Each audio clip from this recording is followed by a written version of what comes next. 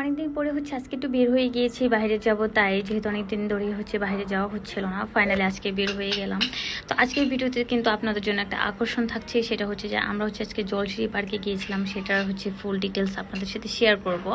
মানে কিভাবে যাবেন, কোথা থেকে যাবেন, কত টাকা ভাড়া লাগতে পারে, এবং ভিতরে এন্ট্রি ফি কত, খাবারের প্রাইস কীরকম, সব কিছু আপনাদের সাথে শেয়ার করব। ভিতরে রাইডের কোনো ফি আছে কিনা, just everything, each and everything আপনাদের সাথে আজকে শেয়ার করব। যদি ঢাকার মধ্যে, ঢাকার বলতে একদম ঢাকার কাছে বলতে পারেন, যেহেতু এটা ঢাকাতে পড়েনি, নারায়ণগঞ্জে পড়েছে, সো ঢাকা তো বলা যাবে না। যাই হোক, যদি ঢাকার একদমই কাছে কেউ কোথাও যেতে চান, তাহলে এটা একদম মানে গুড অ্যান্ড নাইস একটা প্লেস। এখানে একদম ফ্যামিলি নিয়ে, মানে ফ্যামিলি টাইম স্পেন্ড করতে পারবেন, এত সুন্দর একটা জায়গা। তো সেখানে যাওয়ার জন্য এখন হচ্ছে আমরা বের হয়ে গেছি, রওনা হয়েছে। তো এখন আছি হচ্ছে এয়ারপোর্টের সামনে। তো এখান থেকে হচ্ছে নিকুঞ্জ, তারপর হচ্ছে 300 ফিট মানে পূর্বাঞ্চল। তো এখন হচ্ছে যেহেতু আমরা বাইক নিয়ে যাচ্ছিলাম, সেহেতু আমাদের তো আর আসলে গাড়ি ভাড়া লাগছিল না। তো আপনার লোকালে গেলে আসলে কিভাবে যাবেন সেটাই বলবো এখন।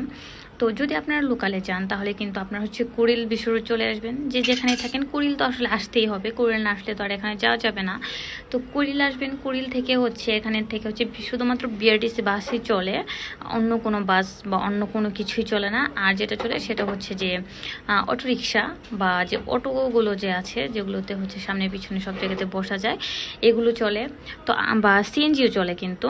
তো সিএনজি ভাড়া নিয়ে অথবা অটোরিকশা ভাড়া নিয়ে যদি যান, তাহলে হচ্ছে পূর্বাচল থেকে জলশিরি পার্ক পর্যন্ত আপনার ভাড়া পড়বে হচ্ছে 350 টাকার মতো। 300 থেকে 350, মানে যদি পুরোপুরি সব কিছু হিসাব করেন বা আপনি যদি বার্গেনিং করতে পারেন, তাহলে 300 থেকে 400-র ভিতরে, মানে এর মাঝামাঝি একটা ভিতরে হয়ে যাবে।